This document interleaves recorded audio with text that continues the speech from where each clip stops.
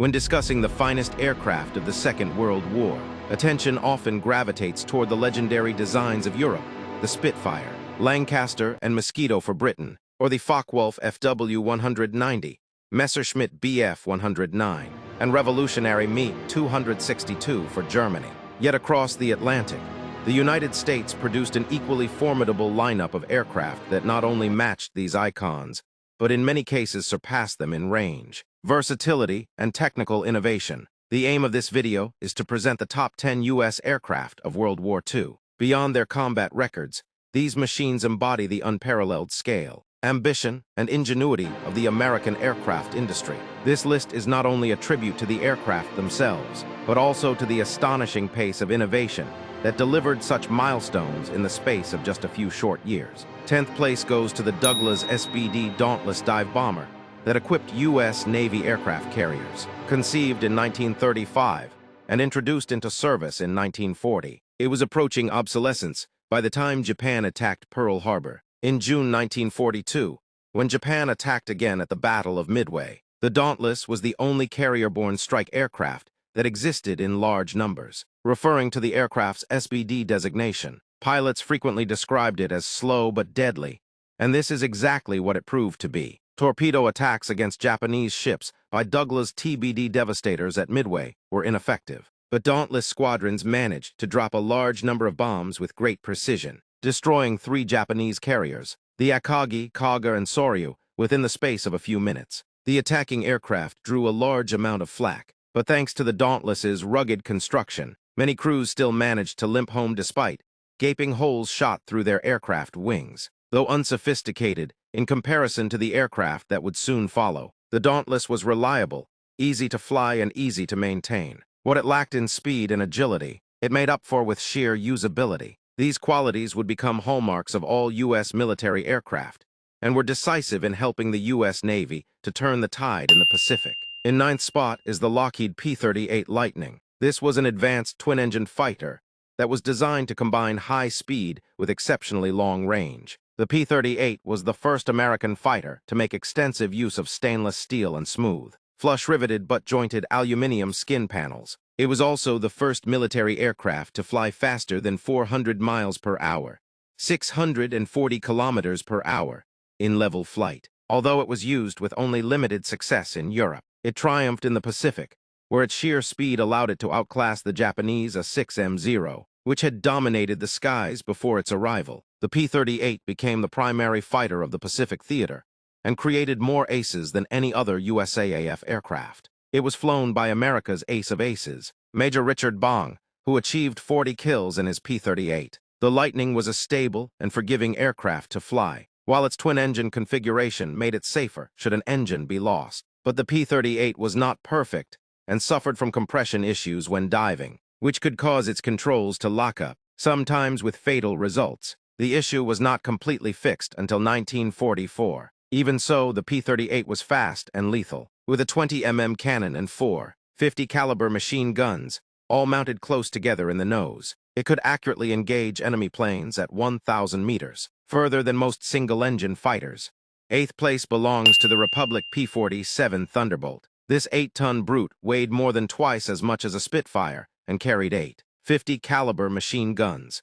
It was the primary USAAF single-engine fighter in Europe until the Mustang arrived. Its sheer power, immense speed, and imposing presence made it a favorite with pilots and a fighter feared by those who flew against it. It was one of the few aircraft that could take down a Messerschmitt Me 262 jet engine fighter. The P-47 followed a proven formula that built a robust airframe around a large and powerful engine. The Pratt & Whitney R2800 double Wasp 18-cylinder radial engine developed 2,000 GP, 1,500 kilowatts, as well as being able to carry bombs and rockets. The P-47's airframe that could withstand severe punishment. These features made it a great ground attack aircraft as well as a good fighter. In 7th spot is the North American B-25 Mitchell twin-engine medium bomber. Developed just prior to WW2, it went into production at the same time as the faster and more sophisticated Martin B-26 Marauder. But the latter aircraft was dogged by teething troubles, which made the B-25 a dependable fallback option. The B-25 was considered to be a solid,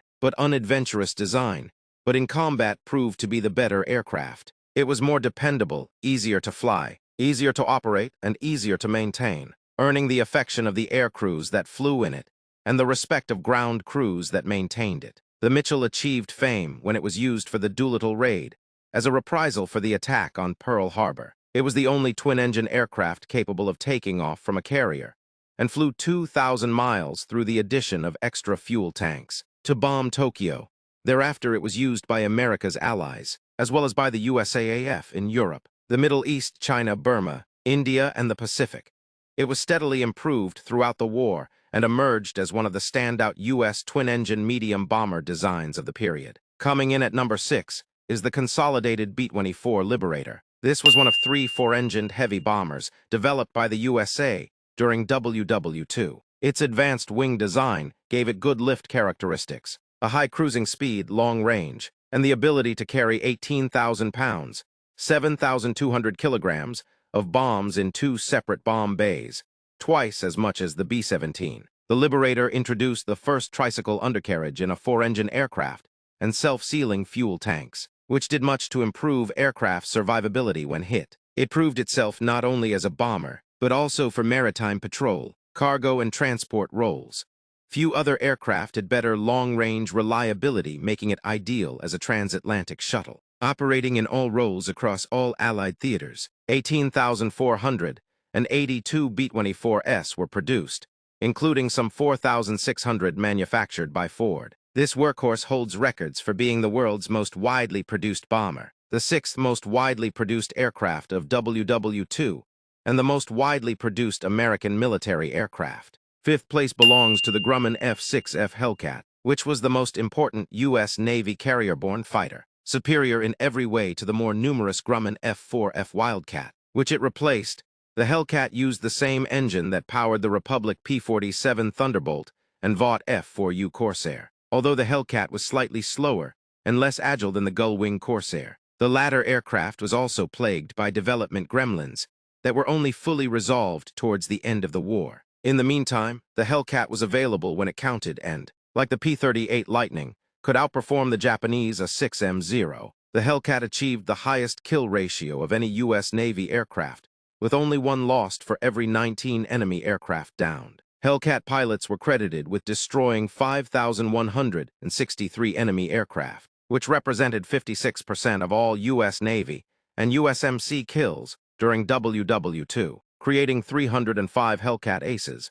The U.S. Navy's top-scoring ace, Captain David McCampbell, scored all 34 of his victories in a Hellcat. Like the B-25, the Hellcat's extraordinary reliability was a force multiplier when operating from carrier decks. The Boeing B-17 Flying Fortress takes 4th place for its astonishing contribution to the USAAF's daytime bombing campaign in Europe. It dropped more bombs than any other U.S. aircraft in World War II, or some 640,000 tons out of 1,500,000 tons, which was 43% of the total. The B-17 was a 4-engine, low-wing monoplane that combined the aerodynamic features of Boeing's XB-15 bomber design. With the Model 247 transport aircraft, it was the first Boeing military aircraft to have a proper flight deck instead of an open cockpit. The B-17 carried around 4,800 pounds, 2,200 kilograms, of bombs and 5.30 caliber machine guns mounted in clear blistered canopies. Its enormous tail was designed to provide improved control and stability during high-altitude bombing. After raids over Germany, B-17s would return to England peppered with flak holes, and only 2 of their 4 engines working. Few other U.S. aircraft, if any, had a better record for absorbing damage. Some 12,700 B-17s were manufactured. In 3rd place is the Douglas DC-3 Dakota/C-47 Skytrain. While not a combat aircraft, this rugged and versatile twin-engine military transport was noteworthy for its logistic contribution to the Allied war effort. Frequently used to airdrop urgently needed supplies, it was fast, had good range, and could operate from short runways. The twin-engine configuration was reliable and easy to maintain. Before the war, it pioneered many civil air travel routes. It could cross the continental United States and made commercial international air travel possible. It is considered to be the first airliner that could profitably carry just passengers. Total production of all variants was 16,079, and it was estimated that over 400 remained in commercial service in 1998. Few other aircraft have provided greater utility, been used more widely, or shown greater longevity. The North American P-51 Mustang takes the second spot because it was the best all-round fighter aircraft of the war. Not only could it defeat all enemy aircraft it encountered in combat, including the Messerschmitt Me-262 twin-jet fighter, it had the longest range of any single-engine combat aircraft, enabling it to escort bombers all the way to their targets and home again, which even the legendary Spitfire could not do. The P-51 started life as a private venture by the North American Company, who offered it to the Royal Air Force when it was approached to manufacture additional Curtiss P-40 Warhawk fighters. North American developed and produced the first airframe within 117 days of the order being placed. Initially, the Mustang used the Allison V1710 engine, with a single-stage turbocharger. This offered only limited high-altitude performance, so the first Mustangs were used primarily for low-level reconnaissance and ground attack roles. Disappointed by Mustang's loss of power, when climbing above 15,000 feet, the RAF sought advice from Rolls-Royce. An engineer suggested fitting the Spitfire IX's Merlin 61 engine, which had a two-speed, two-stage intercooled supercharger. Initial flights with Rolls-Royce's Merlin engine took place in late 1942. The result was a power boost from 1,200 horsepower to 1,620 horsepower, which increased top speed from 390 miles per hour to 440 miles per hour, while the service ceiling rose to almost 42,000 feet. The USAAF, which had been following Mustang development, while at the same time seeking to arrange for Packard to license produce the Merlin in the USA, was astonished when it saw the performance gains. It placed an immediate order for 400 aircraft in August 1942, several months before the first Packard Merlin-equipped P-51 even flew. The first upgraded P-51BS were delivered in the autumn of 1943 and made their combat debut soon after. Their impact was immediate, accompanying B-17 daylight bombing raids into the heart of Germany. They comfortably outperformed German Focke-Wulf FW-190A and late Mark Messerschmitt Me-109GS, which had been the bane of the B-17's existence. This massively reduced bomber losses and increased the effectiveness of the daylight bombing campaign. The definitive version was the P-51D, which had 6.50 caliber machine guns instead of 4, and a distinctive bubble cockpit. By May 1945, Mustangs had helped the Allies achieve total air supremacy and accounted for almost 5,000 enemy aircraft destroyed. The Boeing B-29 Super Fortress takes the #1 spot because, more than any other single aircraft, it contributed to the defeat of Japan. It was a technological tour de force that introduced a number of notable innovations, including a pressurized cabin, a dual-wheeled tricycle landing gear, and an analog computer-controlled system that allowed a fire control officer and 2 gunners to direct 4 remote-control machine gun turrets. With a maximum takeoff weight of 124,000 pounds and wingspan of 141 feet and 3 inches, it was one of the largest aircraft of the war. Its service ceiling was 31,850 feet, and it had a top speed of 365 miles per hour. While its first bombing missions from the Marianas Islands achieved only limited success, the B-29 slowly but surely began to make its presence felt over Japanese cities, culminating in the dropping of the first atomic bomb on Hiroshima and then a second on Nagasaki. Even before nuclear weapons reduced these cities to dust, the conventional bomb load of the B-29, at 20,000 pounds, was significantly greater than that carried by either the B-17 or B-24. Conceived in 1940, the Super Fortress flew for the first time in 1942. The aircraft cost $3 billion to develop, equivalent to $42 billion today, which far exceeded the $1.9 billion cost of the Manhattan Project, making it the most expensive defense program of WW2. The B-29 was retired in the early 1960s, after 3,970 had been built.